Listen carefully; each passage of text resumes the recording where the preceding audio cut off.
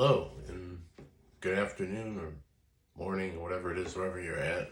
It's afternoon here. I've completed another Cobi model. This one, another Bell P39 Airacobra, a P39 Q in Soviet Union markings.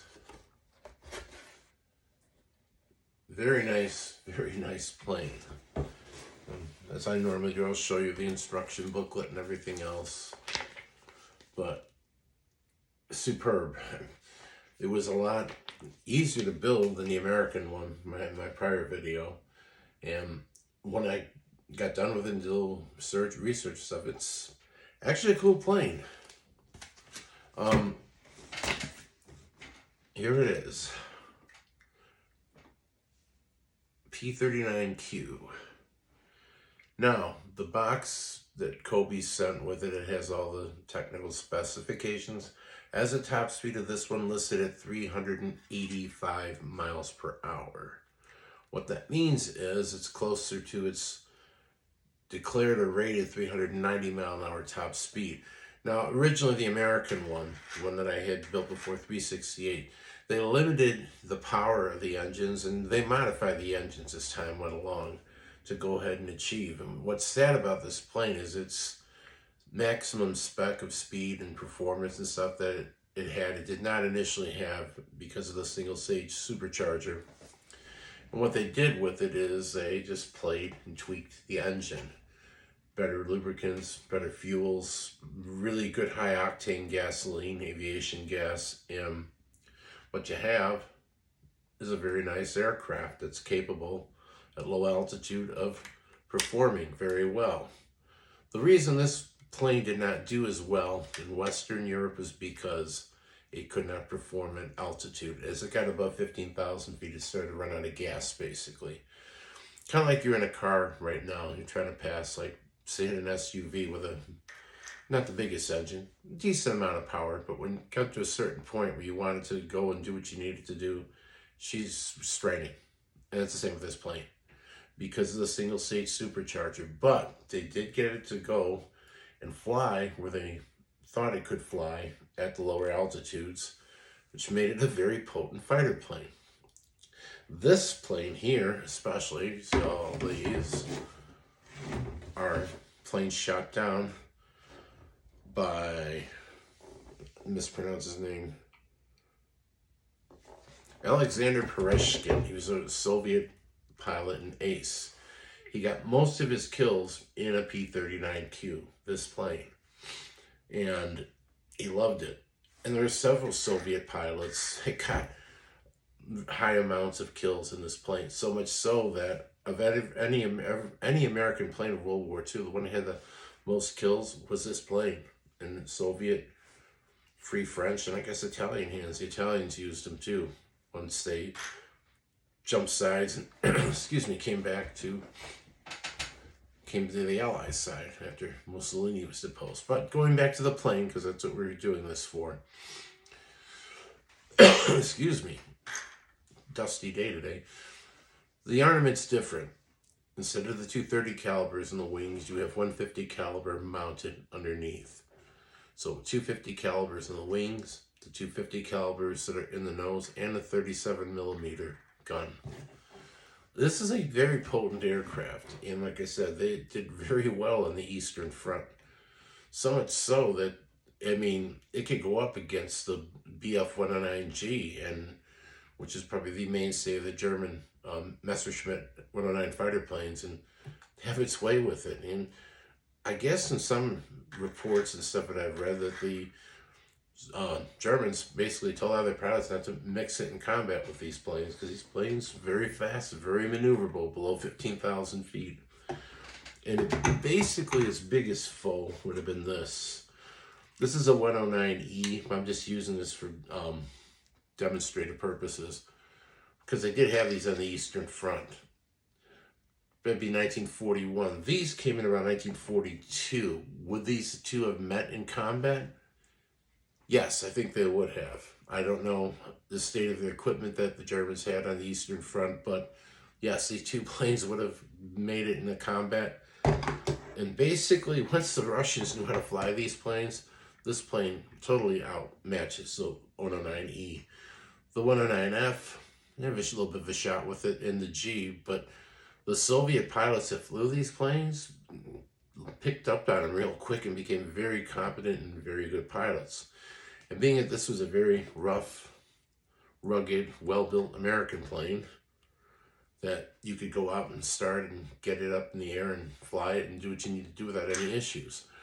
This plane also had a heater in it, so the Russian pilots that got these planes loved them.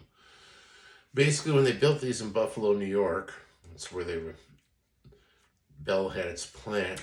What would happen is they would fly these planes from Buffalo to Montana, up through Canada to Alaska, where Russian pilots would come over and fly them over into the Soviet Union after they were landed. This plane did so well in Soviet service that during, I believe it was a Casablanca conference, right after North Africa was done, Stalin requested more of these planes through Lend-Lease because they were doing a really good job with the Soviet fighter squadrons on the Eastern Front. Like I said, this is a very durable plane, and a plane that you knew was going to work because it's an American plane, and not to be overzealous about American stuff, but I mean, a fantastic little plane for what they were doing. Low altitude combat. And basically this helped the Soviets to kick the Germans out of the Soviet Union back into Eastern Europe. In 1942, the Battle of Stalingrad, the Russians were chasing the Germans back. And this was one of the things that helped them. This plane, Lend-Lease from the United States to the Soviet Union, and they were flying it, and they were very successful with this plane and showed what this plane actually could do. Not a belittled little plane that's not, what you may call it being used properly, but one that could go and help them to turn the tide as far as what they were doing in the air war. There is a movie on YouTube. It's a Russian movie. It's called Escape from Hell. They actually show this plane CGI in combat. It is actually a pretty cool movie to watch. Flying against ME-109s that look like it's ME-109E. I mean, from what a little glance I saw at the video, I'm going to try to watch the whole thing. It's just a clip of the combat. But they were using these planes up to then. I guess whatever equipment the Germans needed on the Eastern Front they would use, and the Russians were very aggressive in their tactics with these planes and helped them to turn the tide in the air and allow them to have support for the armored troops on the ground because they kicked the Luftwaffe out of the sky, or basically at first kept them at bay but then chased them. But this plane is prominent in that video movie, Escape from Hell. And like I said, look it up. You can just put on YouTube P39 and you'll find it. And it's pretty good. It's shows you this plane.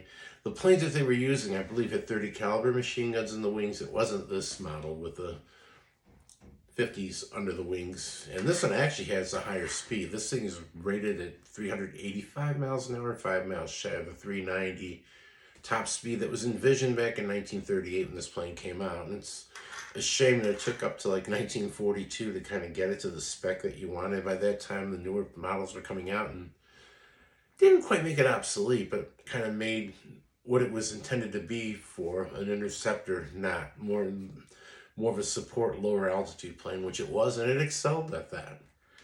Any other little things? Yes, one other thing I wanted to show. Oh, find the hat. Oh, can't.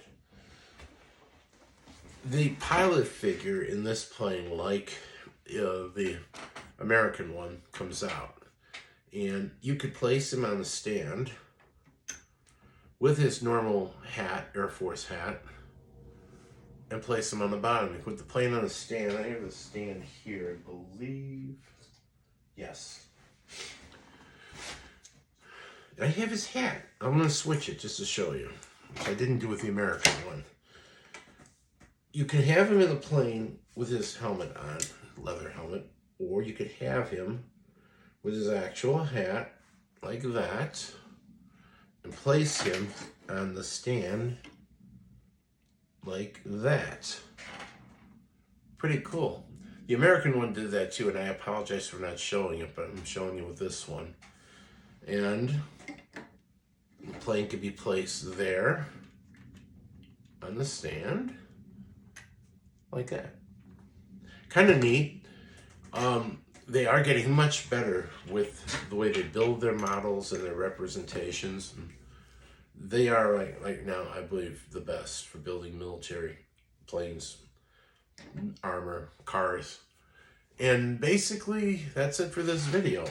I hope I was able to enlighten people a little bit. I'm going to try to get a little bit better with these. As I have more time to do them, I will show more. Oh, I am working on the KB heavy tank next. This will be the next video. I just got this. I just took it up the box apart to look at it, and a lot of small parts and stuff. It looks like it'll be a neat build, and as soon as I've completed it, I will show a video of it, and hopefully everybody will like it. That's it. Any questions or anything ever, feel free to email me back or whatever, and hopefully I can answer them, and I will keep doing these videos, and have a nice weekend and nice day.